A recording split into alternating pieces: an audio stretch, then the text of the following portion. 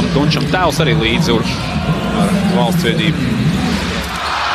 Ļoti cieši cenšas pret Dončiču, arī kad Lukam nav bumba strādāt aizsardzībā. Kuruca, Luka gan tiek pie bumbas un tiek pie tāmatiem.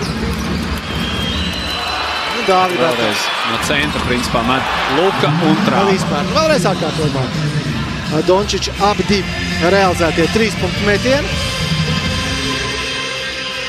Un pārbaudas maču pret Vāciju Luka arī iesāka ļoti aktīvi. Bija pamanāms patiesībā abos laukuma galos, gan uzbrukumā, gan aizsardzībā. Šajā spēlē. Iekrītam aizsardzībā. Pārāk viegli. Lomačs bumba nedaudz iestrūst, nav īsti kam piespēlēt. Tagad tiek atrasts Kristaps pret Dončiču. Piespēja spēlēt. Izbraucēt piezīmi, kur neizdodas līdz ar to metiens, varbūt tāds izstāsts nepamatots. Lukam, trešais tāmetiens precīzs. Spēlē Luka Dončič visus 3 realizējas atjauno lielāko pārsvaru Sloveņu. Dončičam pārtverta bumba. 3-1 uzbrukums pret Porziņģi. Atspēlējušies, atpakaļ spēlē, viens precīzs metiens starp komandām.